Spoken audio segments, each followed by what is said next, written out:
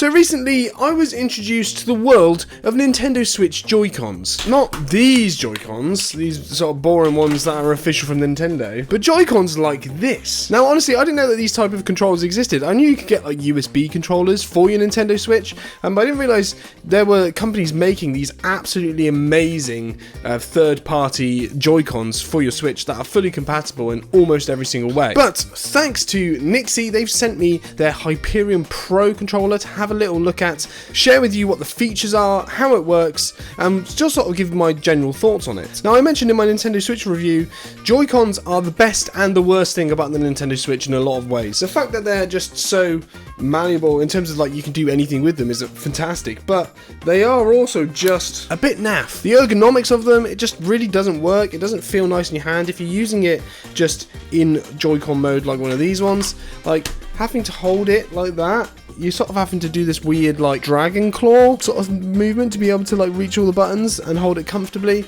It's just not a particularly pleasant experience. So as great as they are in terms of versatility, they're not fantastic in terms of just actual playability, unlike controllers for other consoles. But entering the third-party market, and for this video in particular, NYXI, they've sent me one of their many controllers for the Nintendo Switch. This one is the Hyperion Pro. Now, I've been playing a ton of different games with the Hyperion Pro for a few things. It features tons of amazing features, almost everything you'd expect from your normal Nintendo Switch controllers, but with added things like macro buttons and turbo. So in this video, I'm going to break down everything you need to know about this controller, the things that could be better, and the things I love. So first of all, let's get into the design of it. So I have pretty sort of average man size hands. I wouldn't say I have small hands, I wouldn't say I have massive hands, but this controller fits very nicely into my hands. So for example, when I'm holding it, I am reaching all the buttons very comfortably. I'm not having to sort of tuck my thumb in massively to get to the thumbstick, although I am slightly. I can reach the turbo buttons and the home buttons. We'll get onto what the turbo buttons are if you don't know. And the macro buttons on the back there, I can reach quite nicely with my middle fingers, although when I'm holding the triggers up there, my natural finger is actually my sort of second from last finger, my ring finger. That's the one that sort of sits on there quite comfortably. So ergonomics wise, it is actually really, really nice. And when you're using this sort of away from a controller, and you're either using it like these, like this separately, having that sort of extra bit there to grip on is actually really nice. It's much nicer than having to hold this, because it just doesn't fit in your hand properly. It's really not good. But these ones, really nice. Now, like all Nintendo Joy-Cons, they're very versatile, so you can slide them in and out of this sort of center unit that you get with it, which has got this sort of really nice design on it. It's sort of textured in the middle and then with the NYXI logo in the middle. And you can have it just like that. You can have it either separate. You can even use these like Joy-Cons on the side, and you can have it like this, and you can use your sort of buttons like that way.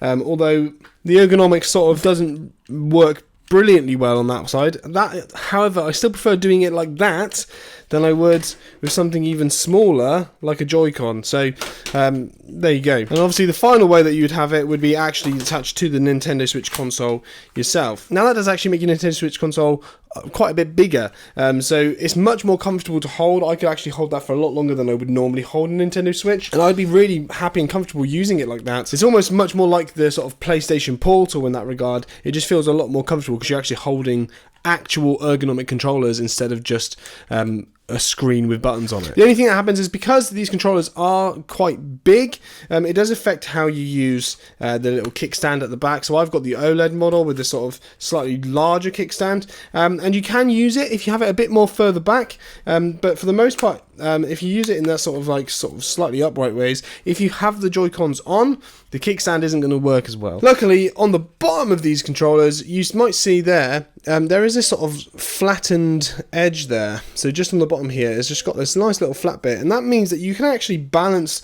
the console. I mean, it's not the most secure thing in the world, but you can balance the console stood up on a surface, which means you can have it like that stood up on a surface balancing, or you can have just your controller stood up when you're not using it. You can put it on the sort of mount and have it stood up on a surface and just presentable. It looks quite nice. So the particular version that I got sent is this sort of purple model. And you can probably tell it's taking some design cues from the GameCube, which I think is really nice if you're into sort of retro gaming. It's a nice touch. I mean, if you're not, it's still a nice looking controller. They've done a really good job with it, but you can tell with like the colors, the purple, the sort of yellow stick that you got over here on the right. It's pretty nice. Now, speaking of the sticks, the reason why this is a Pro controller is because these are Hall effect joysticks. What are Hall effects? Crikey, I can't say that. What are Hall effect joysticks, you'd say? Essentially, Hall effect joysticks are ones that use magnets instead of other things. So it's just, there's a lot less wear. It means that if, for example, you're using it compared to the normal Joy-Cons, one of the big complaints is that the joysticks start to sort of wear out over time, and it's sort of, eventually it just becomes unusable.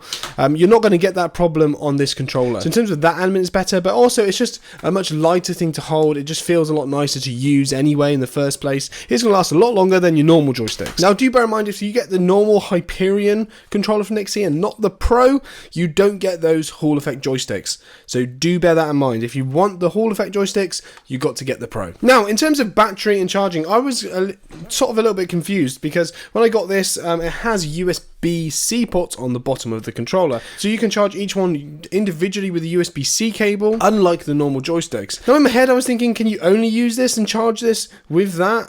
Is that the only way you can do it? And that is also not true. This will charge on the docking station, so if you have a particular adapter to charge the Nintendo Switch through the sliders, you can do that. If you have them tied into the Nintendo Switch while the Nintendo Switch is charging, it will charge them that way as well. And you can see that if you have it plugged into each one of these individually, you can charge them individually, and if you charge the Nintendo Switch with these attached, it will charge them that way too. Now, you only get one USB-C cable in the box. It'd be nice to have one for each controller, or one with a splitter or something like that, but you only get one. Now, before we get into sort of the macro buttons and the turbo and all of that great stuff, which we'll get onto in a second, one of the things I really love about this controller is the LED lights. Now, you can either just switch between colours, you can have solid colours at varying brightnesses, you can have the colours sort of breathing in and out, or you can have this sort of almost multicoloured little effect that you have going on with the breathing effect too. So this one I like, but if you want to select a particular colour, you hold the T effect, you press in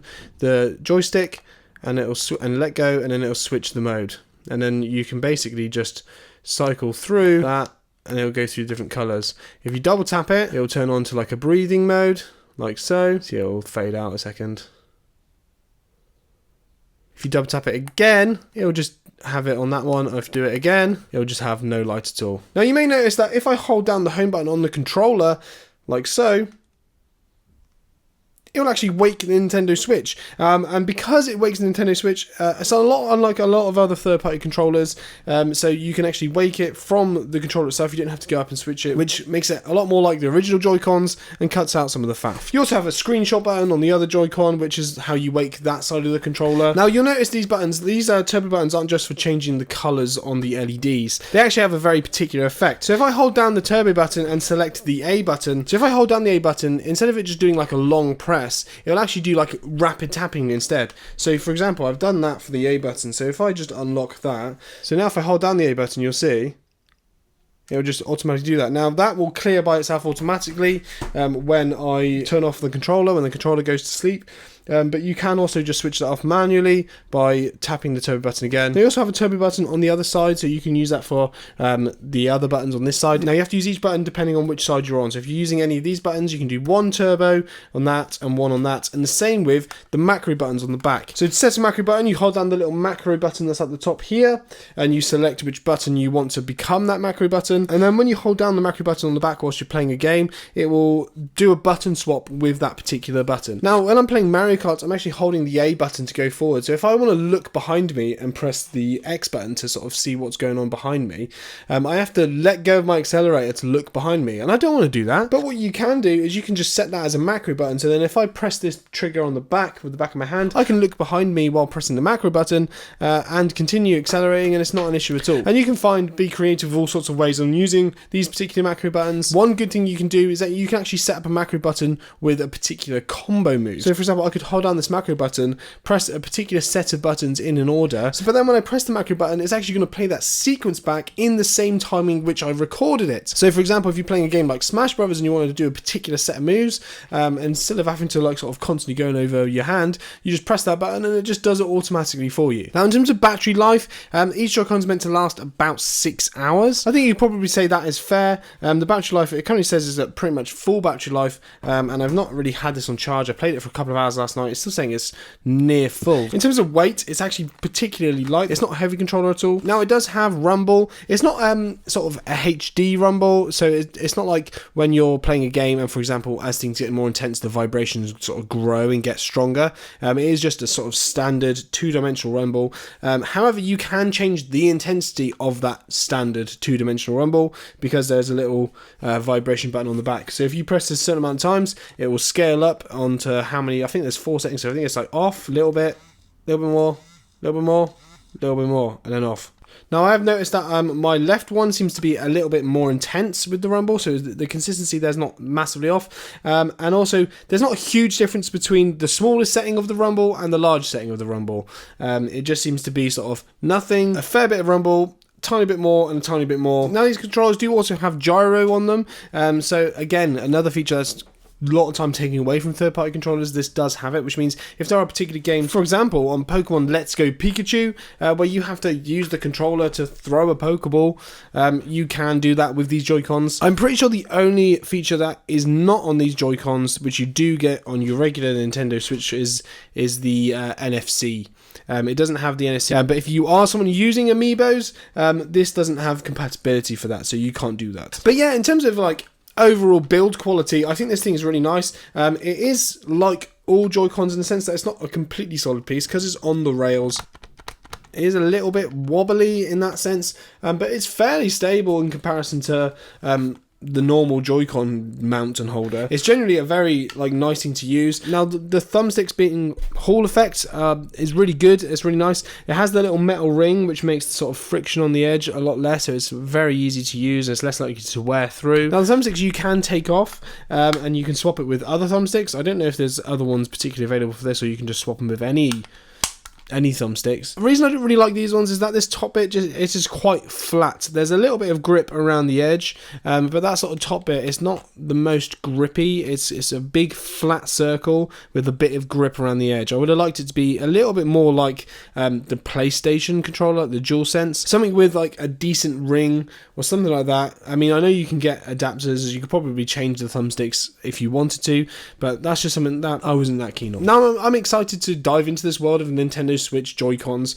I am really happy with this one. This is going to be my main Joy-Con that I use with my Nintendo Switch unless something better comes along. Nixie have done a fantastic job of this. There's details of where you can get your one in the description below. If you want me to take a look at any other Nintendo Switch Joy-Cons from a third party, please let me know and I'll do my best to try and get my hands on them. But guys, thank you very much for watching. I'll see you in the next one.